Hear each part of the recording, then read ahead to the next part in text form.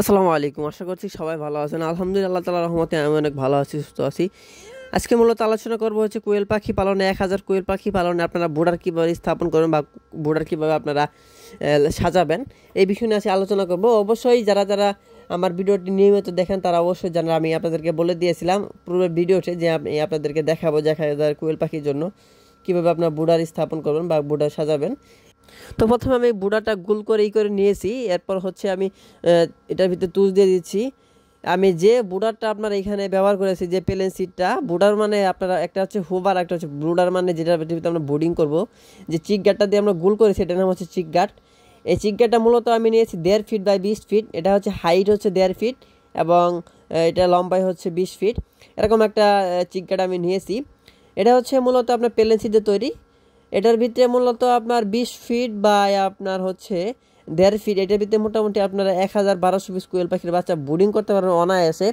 এবং এটা আপনারা যখন মাপ দিবেন, যে যে গোলবৃত্তটা হয়েছে, গোলবৃত্ত এই দিক থেকে ওই এক প্রান্ত থেকে আরেক প্রান্ত যখন মাপ দিবেন ৪ থেকে ৪.৫ ফিট হবে, তাহলে এখান থেকে আপনারা ১,০০০ থেকে ১,২০০ কোয়েল পাখি বাচ্চা বোর্ডিং করতে পারবেন। এখন মূলত আমি এখানে স্প্রে দিয়ে দিয়েছিলাম, জীবাণুনাশক স্প্রে দিয়েছিলাম। আসলেই অবশ্যই এখন বর্তমান সময়টা খুবই খারাপ যাচ্ছে কোয়েল পাখি খামারিদের জন্য এবং পাশাপাশি মুরগি খামারিদের জন্য খুবই একটা খারাপ সময় যাচ্ছে। এখন যাদের খামারে মুরগি এবং কোয়েল পাখি আছে তারা অতি সতর্কতার সহিত কোয়েল পাখি এবং মুরগি খামারে প্রবেশ করবেন। অবশ্যই প্রবেশ করার আগে জীবাণুনাশক হাতে বা স্প্রে করে সুন্দর করে আপনারা কোয়েল পাখির খামারে প্রবেশ করবেন।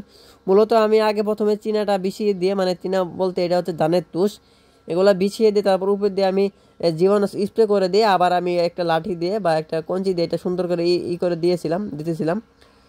এটা হচ্ছে মূলত আপনার ধানের একটা টুস, ২ ফাল্টি যে টুসটা আছে সেটা টুসটা আমি দিচ্ছিলাম। এর উপর দিয়ে আবার আমি একটা চাদর বিছিয়ে দিব। তো এখন আবার দেখলাম যে লাঠি ওরকম মিল হচ্ছে না, তারপর এখন আমি নেমে গেছি বুটারের ভিতরে, আমি হাত দিয়ে সুন্দর করে মিল করতেছি। আসলে এই সমস্ত বিষয়গুলো আপনাদেরকে দেখানো একটা উদ্দেশ্য, সেটা হচ্ছে আপনারা যাতে সঠিক নিয়মে বোর্ডিং করতে পারেন, আপনারা যাতে এই বিষয়গুলো বুঝতে পারেন, এর জন্য।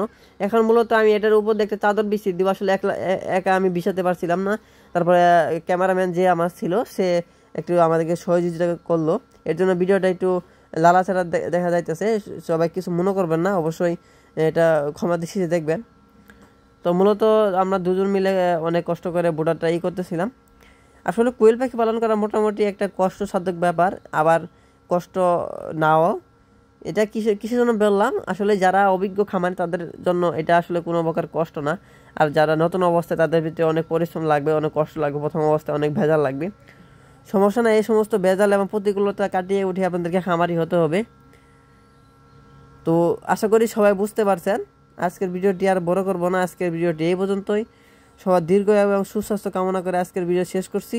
আল্লাহ হাফেজ, আসসালামু আলাইকুম।